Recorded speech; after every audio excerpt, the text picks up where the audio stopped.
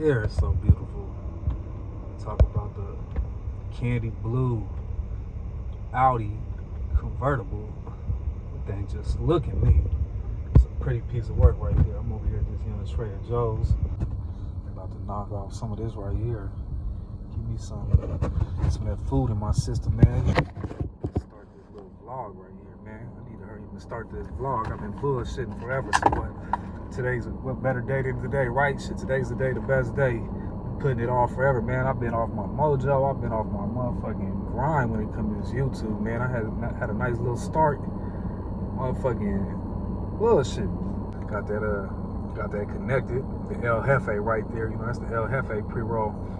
Now, you know, a motherfucking pre-roll about to put some work in. If this thing come in a big ass motherfucking glass jar container like this for one. I finally came up on this one right here. I ain't never had this one. This is that Xeno. Now I just came off the motherfucking the Biscotti Alien Labs with the purple label. Man, I ain't never had nothing like it. I've been back for that thing about 2 or 3 times. But coming from a city that snow to being warm all year round, except for like the rain and the monsoons and shit right here.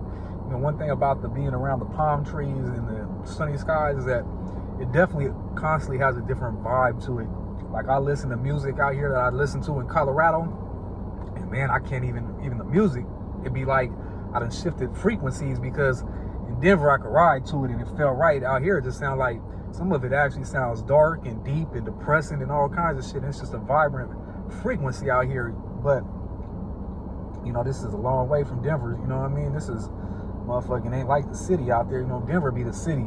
Denver be the, you know, the homeless on the corner panhandling, tent city down the block, motherfucking, you know, you gotta look over your shoulder when you motherfucking pumping the gas and shit. That's the type of shit Denver be on. You feel me? Denver need to be on your pivot. You need those street smarts to move accordingly just on a day-to-day out there. Don't get me wrong, I'll be like this right here, but I'm out here setting in the bins on rims, red rims at that. I'm standing out like a sore thumb, but out here, it's inspirational because everybody got more money than me.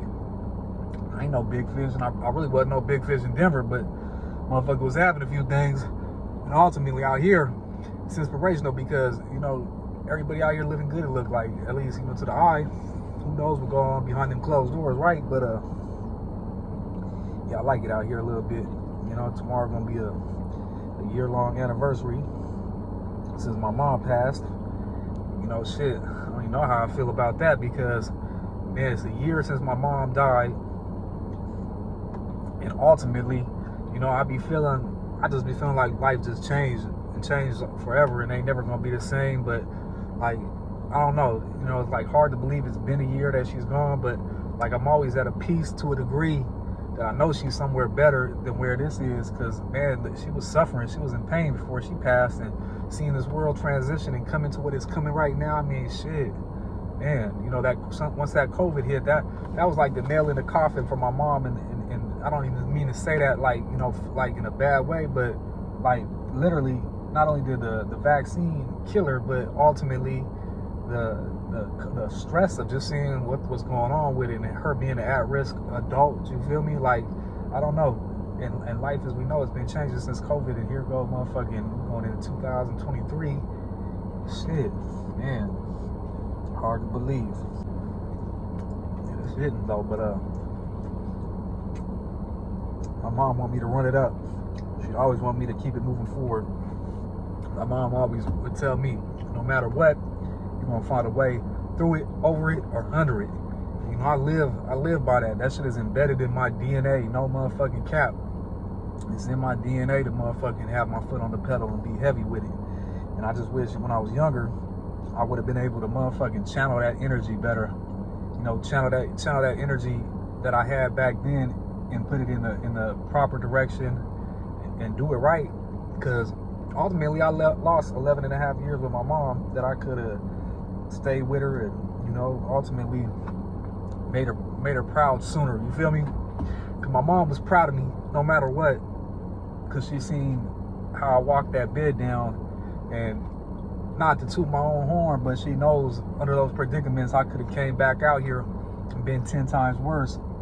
And the flip side to that coin is, you know, I did the best to keep myself from being 10 times worse, but prison fucked me up in a way that I don't even really realize. And so in some ways I am fucked up times 10, and I don't even be realizing it because I'm stoned cold to a lot of shit, and I be realizing as I get older, you know, I gotta fight those personal demons and shake that shit, because I be cold-hearted as a motherfucker to a whole lot of shit. You gotta remember, like, I feel like I turned off my emotions when, you know, 20 years old, I get to the county.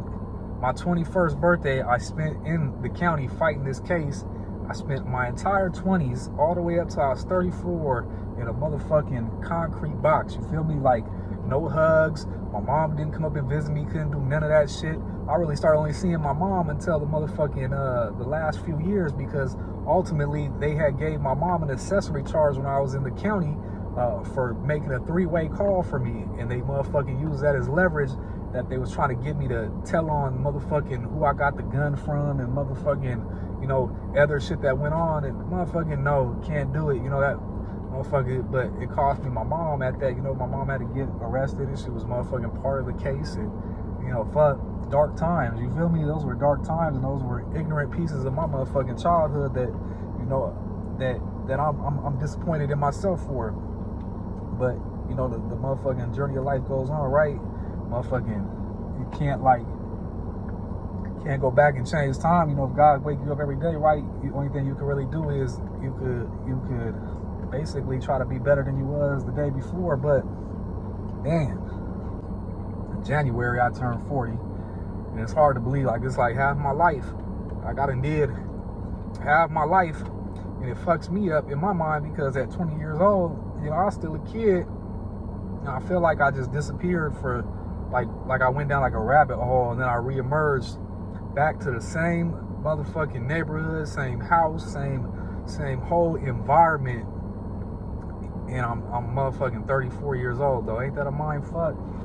Like, damn. And that's what got me, it still gets me to this day, is that, you know, it be looking on the surface like I remember it, like it's something else, but that motherfucker done changed so many times you can't even recognize it.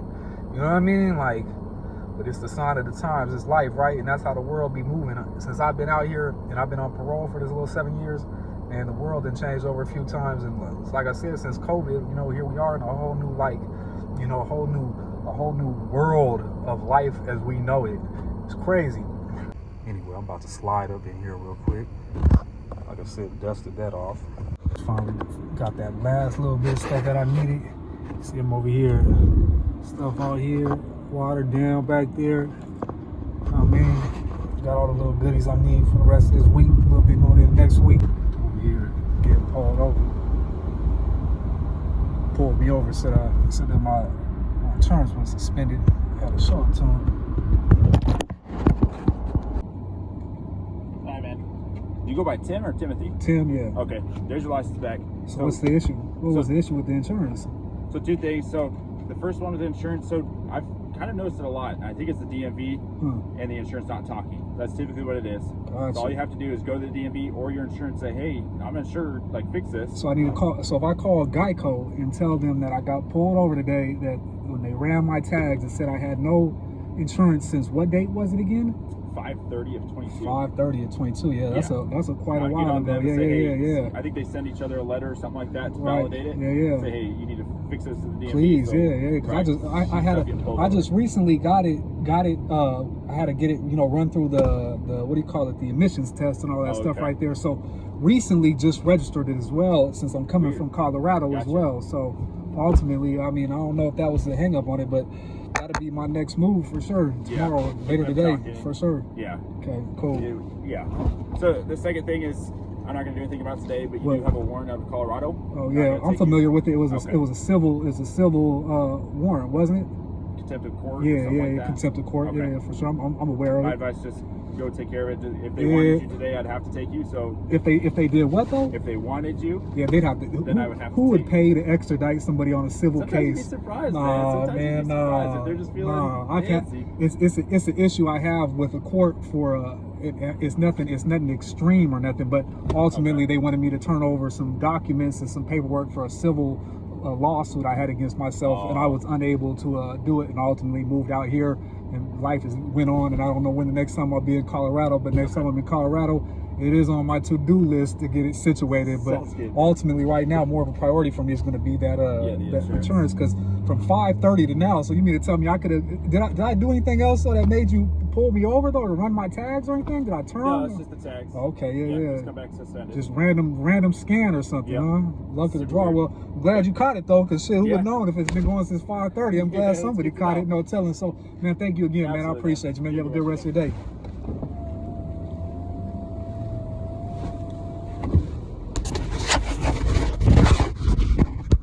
That's good right there.